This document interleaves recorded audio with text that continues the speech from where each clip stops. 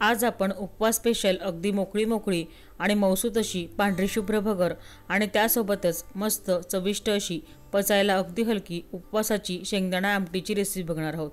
बऱ्याच जणांची तक्रार असते उपवासासाठी केलेली भगर अगदी गजगजीत होते, चविष्ट होत नाही, तसेच दाण्यांची आमटीसुद्धा बऱ्याच जणांना पचत नाही। असं होऊ नये म्हणून अगदी छोट्या छोट्या परंतु अतिशय महत्त्वाच्या टिप्स मी व्हिडिओमध्ये शेअर केलेल्या आहे। नमस्कार मंडळी, मी रुचा आपणा सर्वांचे खमंग खानदेशीमध्ये मनापासून स्वागत करत आहे। चला तर मग सुरुवात करूया आजच्या आपल्या रेसिपीला। सर्वप्रथम आता आपण वरईचा भात करून घेणार आहोत किंवा भगरचा भात करून घेणार आहोत। त्यासाठी मी इथे घेतलेले आहे 1 वाटी भगर। याला वरई देखील म्हटले जाते किंवा वरईचे तांदूळ देखील म्हटले जातात। हिंदीमध्ये याला सामा के चावल असे म्हटले जाते। आज आपण इथे 2 ते 3 व्यक्तींकरता भगर कशी करायची याचे प्रमाण बघून घेणार आहोत। त्यासाठी मी एक मीडियम साईजची वाटी भरून भगर घेतलेली आहे। पुढे आपण घेतलेली भगर एका कढईमध्ये मंद ते मध्यम आचेवर छानपैकी अशी भाजून घेणार आहोत। भगर भाजण्यासाठी अगदी 3 ते 4 मिनिटांचाच कालावधी लागतो। अगदी पटकन आपली भगर या ठिकाणी भाजली जाते। भगर भाजल्यामुळे काय होते की भगर मस्तपैकी छान अशी फुलून येते आणि छान मोकळी मोकळी अशी तयार होते आणि शिवाय स्वादिष्ट देखील लागते। भगर भाजून घेतल्यामुळे भगरीची चव खूप छान लागते, त्यामुळे भगर या ठिकाणी आपण भाजून घेणार आहोत। 3 ते 4 मिनिटं झालेले आहेत। आपण बघू शकता भगरचा रंग बदललेला आहे, छान असा पांढरट असा रंग याला आलेला आहे। याचाच अर्थ आपली भगर आता छानपैकी भाजली गेलेली आहे। भगर भाजल्यामुळे बघा कशी हलकी छान झालेली आहे। आता आपण गॅस बंद करून घेऊया आणि एका ताटामध्ये ती काढून घेऊया। पुढे आता आपण पाण्याचे प्रमाण बघून घेऊया। त्यासाठी मी इथे एक वाटी घेतलेली आहे। ज्या वाटीने आपण भगर मोजली होती तीच वाटी मी इथे पाणी मोजण्यासाठी घेणार आहे। आता याच्यात आपण 2 वाट्या पाणी घेणार आहोत, म्हणजे 1 वाटी भगरसाठी आपण दुप्पट म्हणजेच 2 वाट्या पाणी या ठिकाणी घेतलेले आहे। आपल्याला जर थोडीशी गचकी भगर आवडत असेल तर आपण या ठिकाणी 2.5 वाट्या पाणी देखील घेऊ शकता, परंतु 2 वाट्या पाण्यामध्ये देखील मौसूत आणि मोकळी मोकळी अशी छान भगर तयार होते। पुढे आपण जी भगर भाजून ठेवली होती ती भगर आता रूम टेम्परेचरला थंड झालेली आहे। आता त्यामध्ये आपण पाणी टाकून ती भगर छानपैकी धुवून घेणार आहोत। तांब्याभर पाणी टाकून घेऊया आणि अगदी हलक्या हाताने आपल्याला ही धुवून घ्यायची आहे, जेणेकरून त्यातलं काही काडी कचरा असेल, धूळ असेल ती निघून जाईल। आपण आता भगरला फोडणी देऊन घेऊया। त्यासाठी मी इथे तूप घेतलं आहे, 2 टेबलस्पून हे तूप घेतलेलं आहे। आपल्याला जर तूप आवडत नसेल तर आपण शेंगदाणा तेलाचा देखील वापर करू शकता। तुपातल्या भगरची चव खूप छान लागते, त्यामुळे मी आज या ठिकाणी तुपाचा वापर केलेला आहे। साजूक तूप घालून घेतलेलं आहे कढईमध्ये। आता ती गरम होऊ देऊया। तूप या ठिकाणी तापलं आहे, त्यामध्ये आता आपण 1 टीस्पून जिरं घालून घेऊया। आपण बघू शकता जिरं किती छानपैकी मस्त असं फुलून आलेलं आहे। त्यामध्ये आता आपण 2 उभ्या चिरून घेतलेल्या मिरच्या घालून घेऊया, त्यासुद्धा छानपैकी परतवून घेऊया। मिरच्यांचे प्रमाण आपल्या आवडीप्रमाणे आपण कमी किंवा अधिक करू शकता। आता यामध्ये आपण मगाशी धुवून घेतलेली भगर टाकून घेऊया।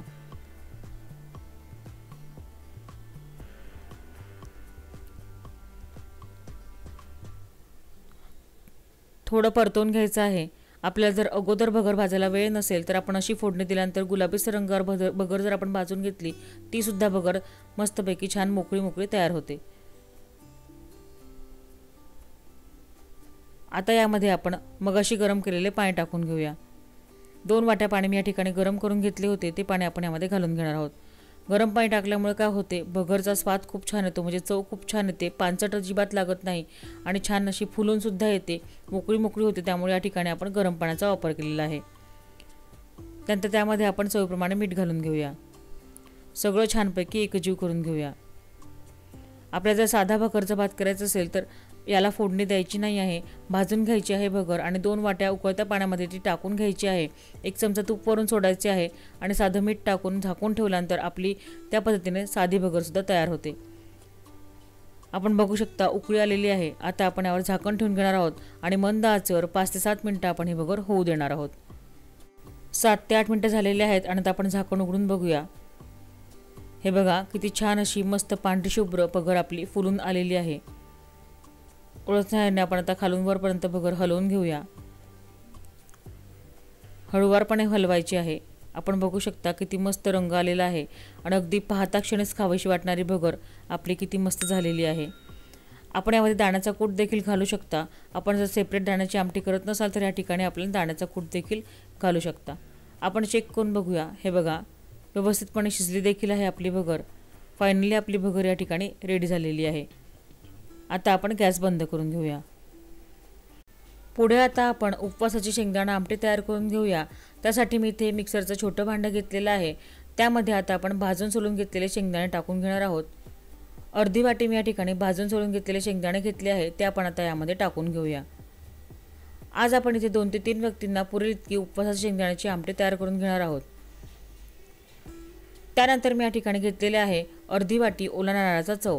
या ठिकाणी मी ओले नारळ खोवून घेतलेले होते। आपल्याकडे जर खोवलेले नारळ उपलब्ध नसेल तर आपण या ठिकाणी ओला नारळाच्या खोबऱ्याचे काप किंवा ओला नारळ किसून सुद्धा आपण यामध्ये घालू शकता। ओला नारळाचा वापर केल्यामुळे काय होते की चविष्ट आमटी तयार होते, शिवाय ती पचायला देखील हलकी जाते। त्यामुळे या ठिकाणी ओला नारळाचा आवश्यक आपण वापर करायचा आहे। त्यानंतर यामध्ये मी घातले आहेत 2 हिरव्या मिरच्या। थोडंसं पाणी आपण यामध्ये घालून घेऊया आणि छानपैकी मस्त सगळं बारीक असं वाटून घेणार आहोत। हे बघा, आपण बघू शकता किती छान असं बारीक असं मस्तपैकी वाटण आपलं तयार झालेलं आहे।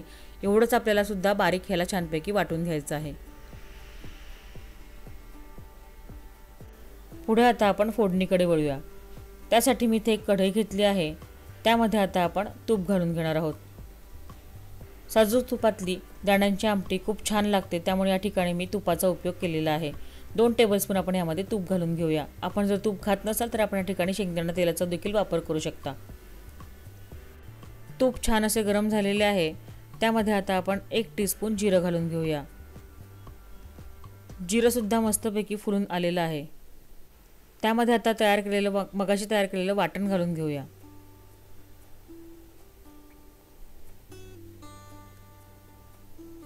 छानपैकी सगळं एकजीव करून घ्यायचं आहे। त्यामध्ये आता मी पाणी गरम करून घेतलेलं आहे, ते गरम पाणी आपण घालून घेणार आहोत।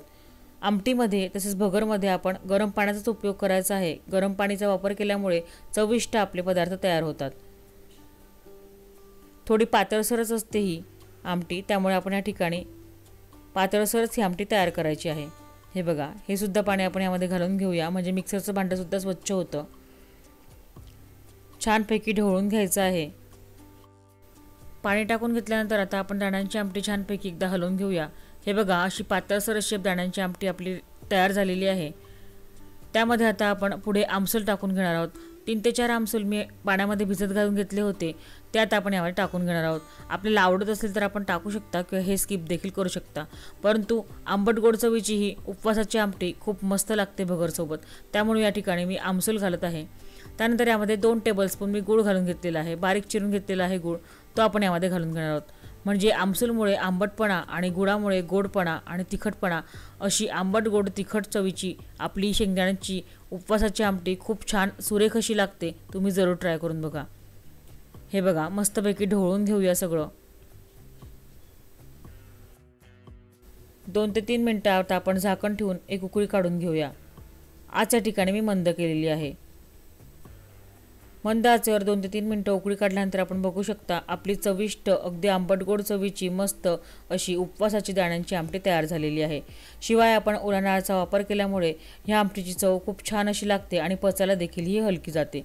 त्यामुळे आपण ओला नारळाचा वापर या ठिकाणी अवश्य करायचा आहे। हे बघा, किती मस्त रंगसुद्धा देखील किती छान दिसत आहे आणि अगदी एकसंध आपली उपवासाची दाण्यांची आमटी या ठिकाणी सर्विंगसाठी रेडी झालेली आहे। आता आपण गॅस बंद करून घेऊया। मस्त पांढरी शुभ्र मोकळी आणि मौसूत अशी उपवासाची फोडणीची भगर या ठिकाणी सर्विंगसाठी रेडी झालेली आहे। सोबतच गरमागरम अशी आंबट गोड तिखट चवीची आमसूल टाकून केलेली उपवासाची शेंगदाण्याची आमटी देखील बघा किती मस्त दिसत आहे। सोबत साखर आंबा आणि ताक, उपवासाची ही थाळी आपली आजची खूपच छान झालेली आहे। तुम्हाला आजची माझी रेसिपी कशी वाटली हे मला कमेंट करून नक्की कळवा। रेसिपी आवडल्यास रेसिपीला लाईक आणि शेअर जरूर करा। तसेच माझ्या चॅनल खमंग खानदेशाला नक्की सबस्क्राईब करा। बाजूची घंटीसुद्धा दाबा आणि ऑल ऑप्शन सिलेक्ट करा, म्हणजे माझ्या सर्व रेसिपीज तुमच्याकडे सर्वप्रथम पोहोचतील। अशा छान छान आणि मस्त रेसिपी घेऊन पुन्हा भेटूया खमंग खाण्याच्या पुढील भागामध्ये। धन्यवाद।